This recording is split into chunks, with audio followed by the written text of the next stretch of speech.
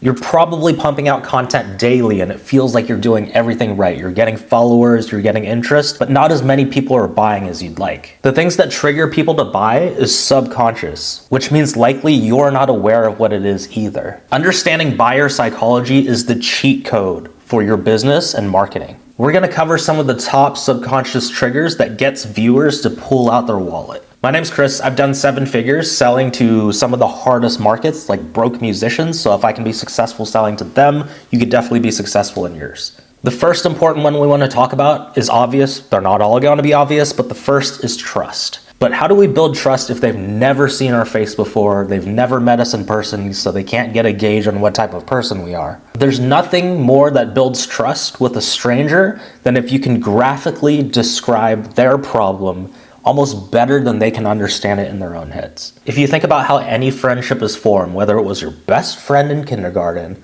or it's some stranger that you just met the other day, the best way to connect is finding some sort of common ground that you guys both can relate or agree to. And there's nothing more powerful than the connection through struggle. You can build friendship on nearly any common ground. My favorite, Power Rangers, the blue one. Meet another person, theirs is the blue one. But that's not as strong as if you guys were to be able to connect on a struggle. As an example, I'm a first-generation Asian American here. My family came over during the Vietnam War. They had to flee, leave the country. Whenever I meet another Vietnamese American whose parents went through the same situation, there's almost like this instant bond that happens because we can relate and understand each other's struggles that most people can't relate to. When I meet someone, I'm like, oh, your family fled the country, came over here on a boat, sailed the entire ocean to come to America and not speak English? Like, your family did that too? It's just easy to connect that way because there's a lot of things that subconsciously we understand the other person knows that most people just don't get. I remember making an ad for music producers and I was like, does this sound familiar? Your alarm wakes you up at 6 a.m., you hit snooze about 7 times before you actually get out of bed. You have to crawl to your cold car, start it up, wait for it to warm up just to get stuck in traffic on your way to a job you hate. Then you get stuck in traffic on the way back, and by the time you get home, you have no more energy to put into your music. I could have easily said, is your job getting in the way of you making music? But it doesn't hit as hard unless I describe the details so well that they can vividly imagine it in their mind. And if what I described feels like something they're going through, there's going to be an instant trust built there because they have this automatic assumption that there's no way I'd be able to know it in that graphic of detail unless I've been through it myself. And that's how you build trust instantly with a stranger, is relating to struggle. But you also want to prove to them that you have the solution. And you do this by explaining the solution at a very high level. What I mean is the big milestones you have to accomplish to get to that solution. The biggest mistake everyone makes is they give them the step-by-step. Step-by-steps aren't valuable until they've purchased something from you. If you were thinking about buying an IKEA table, but you haven't bought it yet, and I gave you an instruction manual, step 1, step 2, step 3, you would be bored out of your mind and you would not want to buy the thing. The instruction manual doesn't help you make a purchasing decision. It helps you once you've purchased it already. So don't give the step-by-step, give the zoomed out look. If I was driving from Vancouver, Canada down to Southern California, you would want to zoom out and see like, okay, you're going straight down. If you zoom in, obviously there's turns, there's bridges, there's different highways you have to switch up, and eventually you'll need to see those step-by-steps, but before making the decision, it doesn't make sense. So connect through pain and prove the solution by describing a very high level of it. Number 2, another thing is showing the cost of inaction. If you have something that could change somebody's life, you have to prove to them that they've already been paying more to not have your solution than just to pay you to get the solution itself. You can explain this by demonstrating that it's a double-edged sword. There's 2 sides to losing. They lost the effort, the time, the money that they put in to try to get the result, but they also lost the opportunity of what the result would have gotten them if they would have just had that solution in the first place. An example I always give, which is a complete true story, I hired my first high-ticket coach and I quit my job in 5 months But before all that, I tried by myself for 10 years straight. So my coach helped me make a minimum first year of $200,000. Let's just times that by 10. 200,000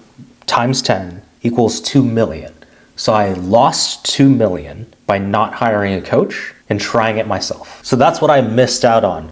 I also gave up 10 years of my life spent trying, starting over. If I would have hired a coach in the first place, that's 10 years I could have spent exponentially growing my business. And I'd be 10 years further than I am today if I would have made that decision earlier to hire a coach. You also want to explain what they will lose if they continue doing the same thing that they do. As my example, I know for sure that I wouldn't be where I am today if I never hired that first coach. I would still be at a 9 to 5, missing out on all the money that I've made, but also missing out on all the freedom I've had since I hired that coach. So you want to explain the two sides of losing, what they've given already and what they missed out on, then what they will continue to lose if they don't change. The best way to show somebody the cost of inaction is to become vulnerable yourself and share your own story. Because this way it doesn't seem extremely manipulative, where you're like, you're gonna miss out on this. This is gonna cost you all this. That's just pointing fingers and saying things, and people don't listen when we do that. So the best way is to explain those things through your own story. It also shows that you're a human, you're vulnerable, and they can relate to you because you've been in their position at one point and you broke out of it. Another really important thing is to make it measurable if you can. And numbers really helps. Do you remember just a second ago, I explained that my first coach helped me make $200,000 the first year? So if I would have done that 10 years ago, 200,000 times 10 equals 2 million. So when I said I lost $2 million, it's easier for you to conceptualize than if I were to just say I lost a lot of money. So make it measurable and it makes it easier to picture. Third thing, use easy words. It's so easy for us to want to sound smart, so we use all these big fancy words. All it does is it deters our audience because they can't understand us. So us trying to sound fancy and smart actually pushes people away from us. A genius knows things so well that they can describe it simply for non-experts to understand. So if you truly know something, you can take something complex, boil it down to something so simple, explain it to somebody who doesn't know what you're talking about, and they could understand it. That's when you know you truly understand something. Another reason you want to use simple words is because when you coach or you help somebody, you're changing their belief. And belief changing is already complex in itself. Remove resistance. You don't want to add more complexity to something that's already difficult. It's not easy to change somebody's mind. If somebody thinks an apple is red and you want them to think it's purple, that's going to take a lot of energy to convince them. So don't add fancy, unrecognizable words on top of that. Big words also distracts your audience from the true message that you're trying to tell them. Here's what happens. They first have to listen to your message. So they're hearing what you're saying. If it's a word they don't understand, they have to take a second, stop, and try to define that word in their head. While they're defining that word, they're trying to listen and keep up with what you're saying. Your brain can only do one thing at a time. If it's trying to define a word, it is not keeping up and listening to the rest of your sentence. So they end up missing the message because their brain spent all this time trying to define what you just said. Another reason you want to use easy words is because you don't want to distract them from your overall message. Here's what happens if you use words they don't recognize. First, they're trying to hear and listen to what you say. As soon as you throw a word they don't understand there, their brain is trying to define what that word is in their mind, and at the same time, they're trying to keep up and listen to the rest of your sentence. Our brains can only do one thing at a time. If it's trying to define a word, it's missing the rest of the words you're saying. So they end up missing the message because their brain power went to trying to define a hard word that you just used. So remove those. Use words people hear every single day and know it as second nature. That way they can spend their brain power listening to your message instead of trying to define words.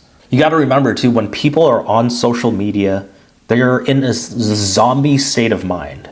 They're not sitting there with a scientific brain trying to define and figure everything out. They're just scrolling. The moment they hear something they don't understand, they're just gonna keep scrolling and find something that's easier. Here's a secret to get better at using easy words. Specifically, listen for big words that you're using and think about easier words that you can replace that with. Over time, the more you do this, the more you'll just stop using big words and you're always looking for the easiest word to find. It builds that habit in your mind until you just do it naturally. So the fourth point is talk about the bigger picture problem of your audience. Not everyone's offers are measurable. If you help people make money, of course, they invest 10K in you, you help them make 100K, that's measurable. But not every offer is like that. I worked with a lot of musicians who teach, so getting people better at the saxophone, getting people better at guitar, it's not as easily measurable because how much better is it? What you can do is show the issue at hand and how that issue can escalate and bleed into the other parts of their life that matter more. You could tie it to health, wealth, relationships, or time. I'm going to use playing guitar as an example. It's hard to know where you started with guitar and then after you took a coaching program, like how much better did you get? Or why is it so important that it's worth investing in a coaching program like that? To somebody who's serious about the guitar, this could be their future. It could be their career and the way that they want to get paid. So that affects their wealth. I've been a musician that's wanted it so bad that it's affected my mental health. So every morning I woke up and I went to a job that was crushing my soul. All I could think about is how can I make music my career? All I could think about was rhythm, notes. I was so distracted at work by music that that's the only thing I could think of. And the fact that I couldn't spend time doing it because I was at a job was killing me inside. So that was affecting my mental health. Your mental health is bigger than just getting good at music alone. So that's how we could talk about something small, but tie it to something bigger. If you're a creative person and you don't have that fulfilled, it bleeds out into other parts of your life. You're frustrated and so you can't parent as well. You can't be as good of a partner to your spouse. You're distracted and not focusing on the things that would help you get a pay raise at your job. Give them examples of how they're feeling already by not having this certain little skill. Tie it to something bigger and how it will affect bigger parts of their life if they don't solve the small problem. And that small problem could be something like getting better at the guitar. The fifth thing is actions of their desired identity. This is a little hard, so I'm gonna break this down. What are the things that the type of person they want to become actually does? First, you wanna think about what does your audience wanna become? If it's a professional music producer, if it's a fitness guy, if it's a business owner, you wanna label them with that identity. So let's say it's an entrepreneur, it's a successful business owner. So you label them, then you describe the actions that person takes to become that type of person. Then you want to label the type of person they are right now through you. What I mean is describe what you were like and what you did when you used to be in their situation. Again, this avoids you pointing fingers and telling them they suck, essentially. So what did you do and why did it hold you back? So I'll give you an example. A successful entrepreneur doesn't think about the cost. They think about what they get in return. A successful entrepreneur, even though they're fearful, they make the decision they know they need to. A successful entrepreneur invests in themselves. So I'm labeling them as a successful entrepreneur, and then I say the thing that successful entrepreneurs do. I can even give a story to it. When I first started out, I went to a business conference and I thought that I invested a lot in myself. I was like, oh, I bought this $500 course. I bought this $1,000 course. Just sitting in this conference alone, I saw one of the speakers pitch a $25,000 program on stage. When he said it was $25,000, my mind blew up and I was like, there's nobody that's gonna buy this. Immediately after that thought, I saw 15 people run straight to the back of the table to give them their credit card. This was the moment that I realized that I had been playing it small. The offer sounded amazing, and I wish I was in the position to be so ecstatic to run to the back of the room and give them $25,000. What I did was I took the thoughts out of their mind. This is the type of person I was. I spent $500, $1,000, thought I was a big shot. Then I labeled who they want to become. Someone pitched 25K, 15 people ran to the back of the room to give them money. The offer sounded good. It's something I wish I would have had. It's something I want. I wish I could be the person who could just drop 25K like that. So without saying, this is the person you need to become, This is the person you are right now. I said it all through a story so that they could follow. The great part about if you frame it this way, it's not you telling them what to do. They're coming to the conclusion themselves. And if they do that, they have to own it because it was their idea. I'm just implanting the scenario for them to come to their own conclusion. What I just explained isn't an extremely easy concept to digest, and I understand that. I would save this video and rewatch this. I promise if you truly understand these things, it's going to change your entire business. If you resonated with this way of thinking and you want to see if I can help you grow your business by understanding more of this human psychology and what makes people want to buy, I'll leave a link in the description so that you can book a phone call with me and we can see if we're a good fit to work together. If you're sick of attracting people who don't have money and you want to attract those clients that do, check out this video right here. Don't forget to subscribe to this channel and share this with somebody. I will see you in the next video.